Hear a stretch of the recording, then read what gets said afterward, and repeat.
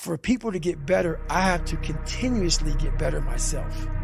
For me to do that, I can't just say, oh, I have this resume, the resume is there forever, I'm good.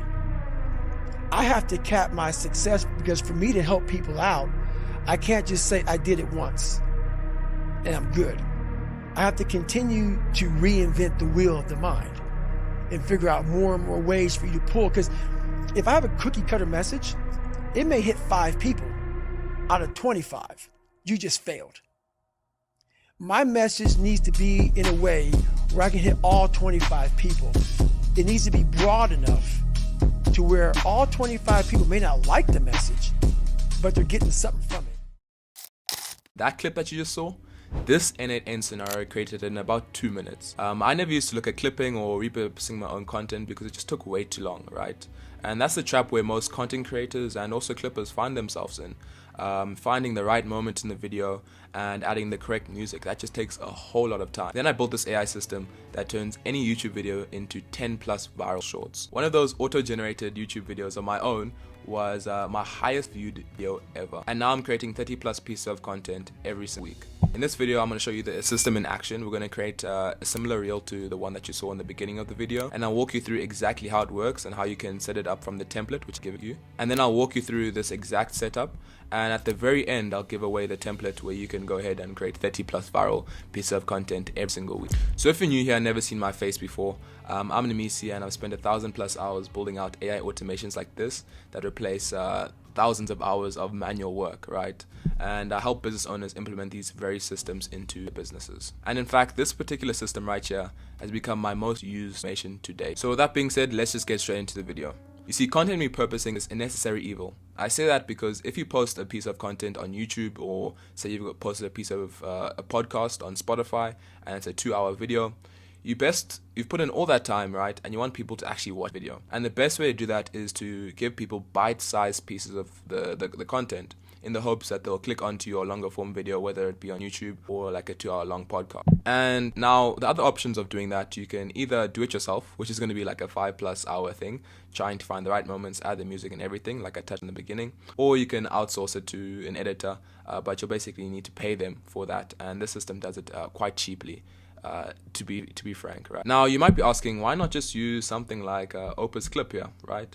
If you want to do this programmatically, you'd have to basically have the enterprise plan for Opus Clip, and the enterprise plan is probably something crazy, I don't even know, but you have to contact their sales team to get API access. So that's just not reasonable for most people and small content creators, clippers, and small business as well. So this is where we're going, and we're going to basically also be using Clap API, and look at the price here. To generate shorts, it's 32 cents, and also video input generation.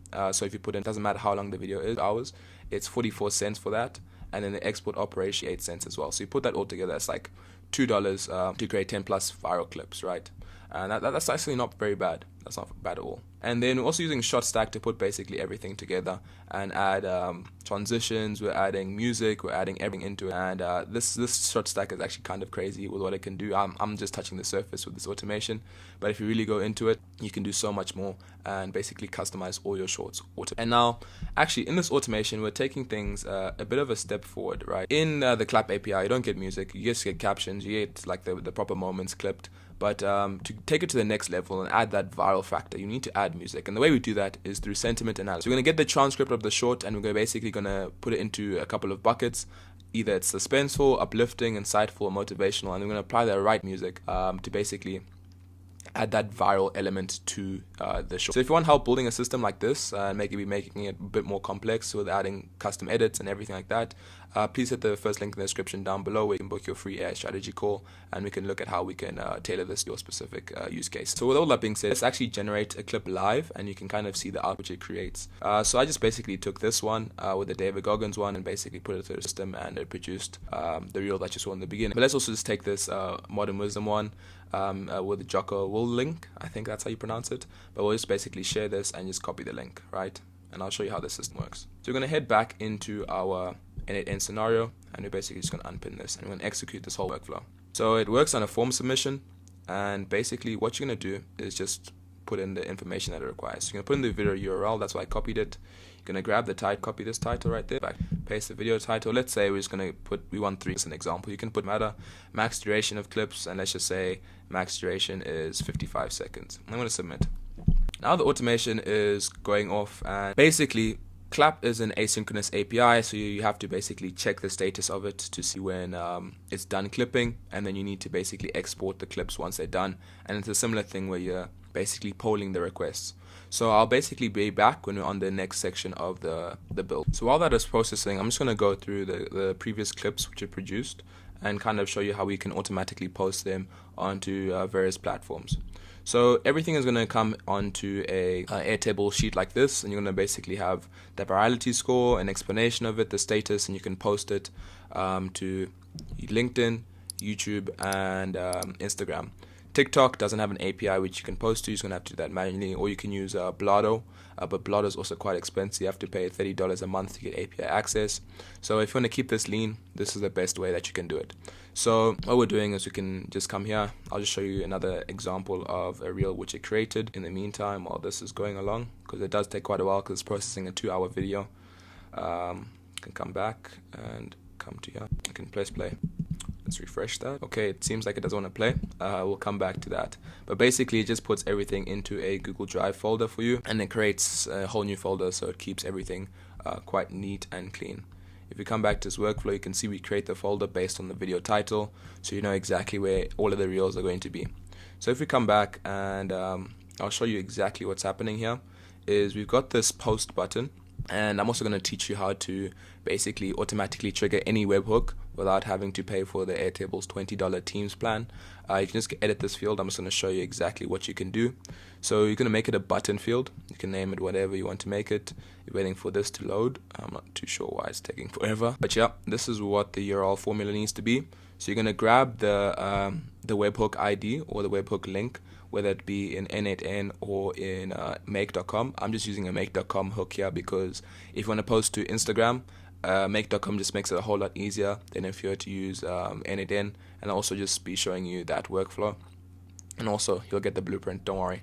So you're going to put in the brackets or quotation marks, and you're going to put in the webhook. You're going to add a question mark, and that's basically going to be the query parameter, and you're going to label that whatever you want to name it. I'm just labeling it record ID. You're going to have equals, and you're going to have an ampersand sign here, and you're going to have record ID. And that's how you can basically trigger any webhook in Airtable without paying for the subscription. So if we come back to our make.com and we just search auto publish shorts, it is this make.com scenario. So yeah, this is just a very simple scenario.